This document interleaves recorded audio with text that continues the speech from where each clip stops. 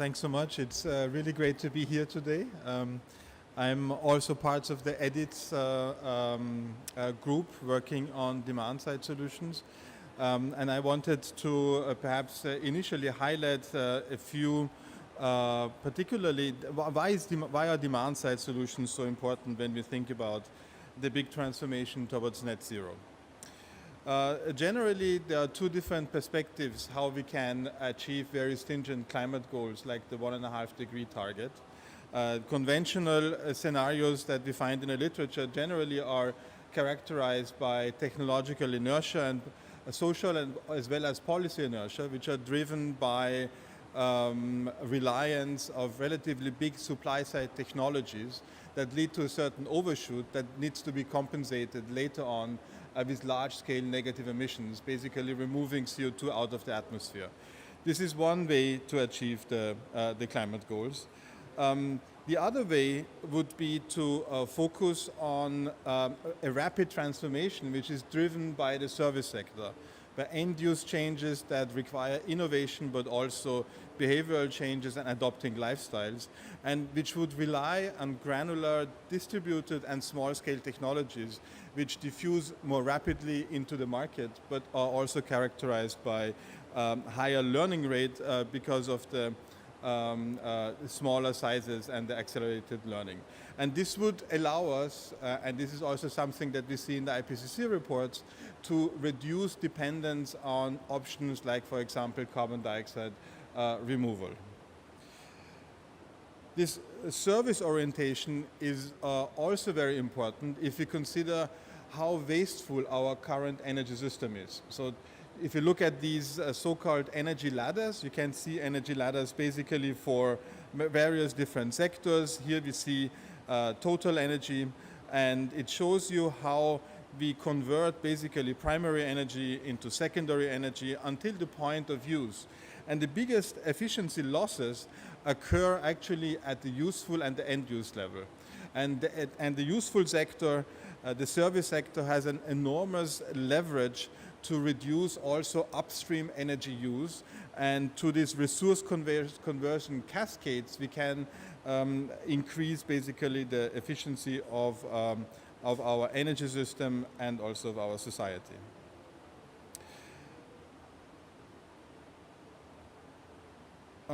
Low energy demand scenarios have recently been featured also in the IPCC report.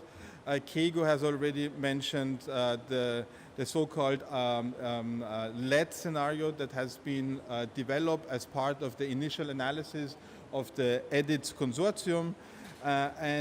This low energy demand scenario has multiple different benefits. One I mentioned already: if you are able to limit energy demand, we reduce dependency on technologies like CDR, carbon dioxide removal. Energy demand focused transformations also basically reduce trade-offs with other societal objectives, particularly if you think about biodiversity and food security. And low energy demand means also higher flexibility for supply side options. So we have more choices on the supply side and can reduce our dependence or reliance of some of the high cost, high investment intensive, but also more controversial technologies such as nuclear, for example. Moving on from LED, the new innovation in terms of the new scenario that the EDITS consortium is working on is the so-called high with low scenario. How can we achieve high services with high quality at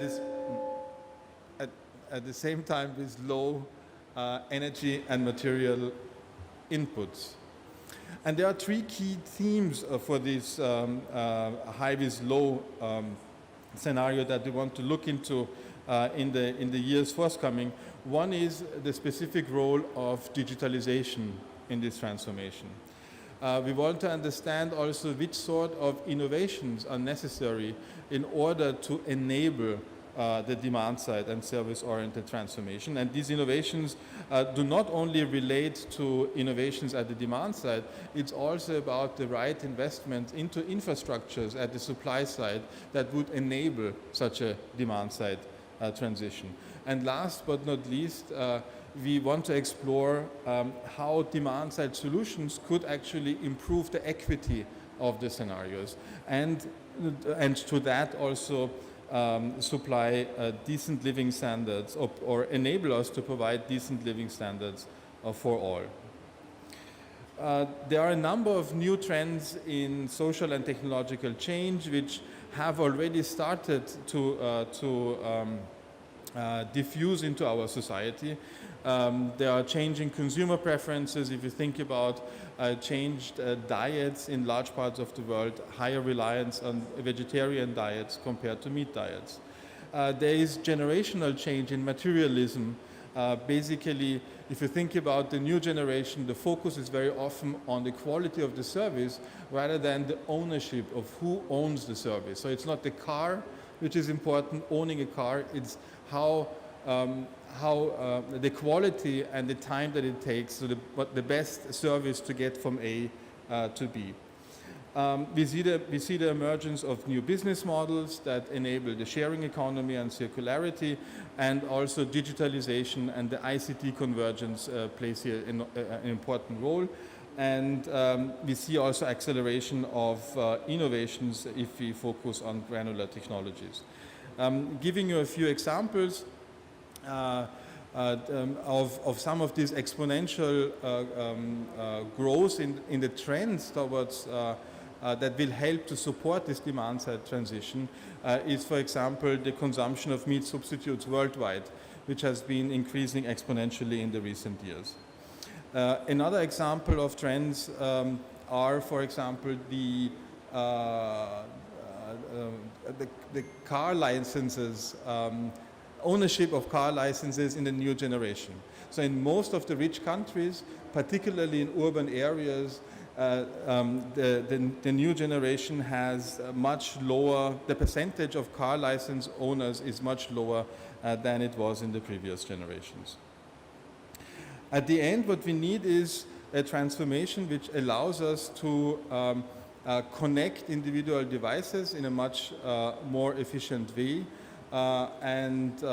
Different studies, like for example this study in Dublin, shows us that if we do that right, we need just a fraction of the current infrastructure to provide the same service, or at least even a better service than the service which is based on the internal combustion engine and today's cars. So in Dublin, this study shows us that only 2% of the infrastructure is necessary for the same time of service.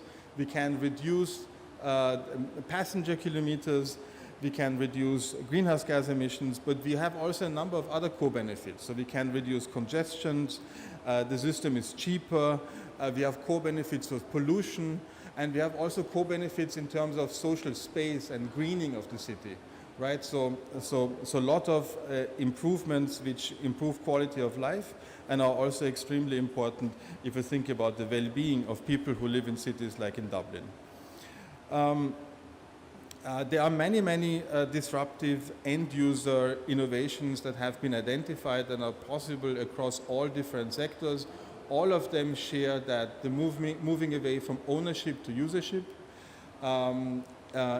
allowing the sharing economy, and digitalization is playing here an enormously important role, and moving away from individual automized end-user appliances to connected and smart appliances. That could also help us, for example, with the integration of renewables if we do things right at the demand-side level. And finally, it's also changing basically our mindset, how we think about this transition. Most people, when they think about demand, they think about, let's improve the efficiency of the appliances, like on the left-hand side. That's important, of course, as well, and we have seen really high efficiency improvements in individual appliances. More important than this, perhaps, or equally important, is to think about the whole service efficiency and how digitalization, for example, can help us. The mobile phone, for example, leads to not only the reduction of the energy use of a whole host of different other services that are provided by different end-user appliances, it also leads to lower demand in terms of producing all of those appliances, because the mobile phone itself is of course also much less intensive in terms of upstream needs on materials as well as energy. Thank you very much.